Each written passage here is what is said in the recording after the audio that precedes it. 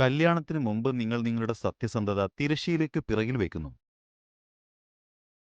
നിങ്ങൾ മറ്റുള്ളവരുടെ മുന്നിൽ നിങ്ങളുടെ സത്യസന്ധതയുടെയും കുലീനതയുടെയും മുഖം മൂടിയിട്ട് നിൽക്കുകയാണ്. ഇല്ല ഇല്ല, നിങ്ങളിരിക്കൂ. പോപ്കോൺ ഞാൻ കൊണ്ടുവരാം. വേണ്ട വേണ്ട, നിങ്ങളെന്തിനാ ചെലവ് ചെയ്യുന്നത്? ഞാൻ കാശ് കൊടുക്കാം. അപ്പോൾ ജനങ്ങൾ കരുതും ഇദ്ദേഹം മാന്യനാണെന്ന്. ഇദ്ദേഹത്തിന് കല്യാണമൊന്നും കഴിഞ്ഞിട്ടില്ലല്ലോ. ഇദ്ദേഹം കൊള്ളാമല്ലോ എന്ന് തോന്നും. ഇതെന്ത് അത്ഭുതമാണ്!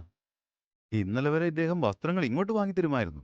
ഇപ്പോൾ അദ്ദേഹത്തിന്റെ മുഷിഞ്ഞ വസ്ത്രം എന്നോട് അലക്കാൻ പറയുന്നു. ഇതെന്ത് മാറ്റമാണ്! ഒന്നും സംഭവിച്ചിട്ടില്ല, മാറിയിട്ടുമില്ല. അദ്ദേഹം പണ്ടേ ഇങ്ങനെയായിരുന്നു. പണ്ട് നിങ്ങൾ അദ്ദേഹത്തെക്കുറിച്ച് ശരിക്കും അറിഞ്ഞിരുന്നില്ല. നിങ്ങൾ എത്ര നല്ലതാണോ മോശമാണോ എന്ന് പ്രതികൂല സാഹചര്യം വരുമ്പോഴാണ് നിങ്ങൾ ശരിക്കും മനസ്സിലാക്കുന്നത്. ഇന്നല്ലെങ്കിൽ നാളെ പ്രതികൂലമായ സാഹചര്യം എന്തായാലും വരും.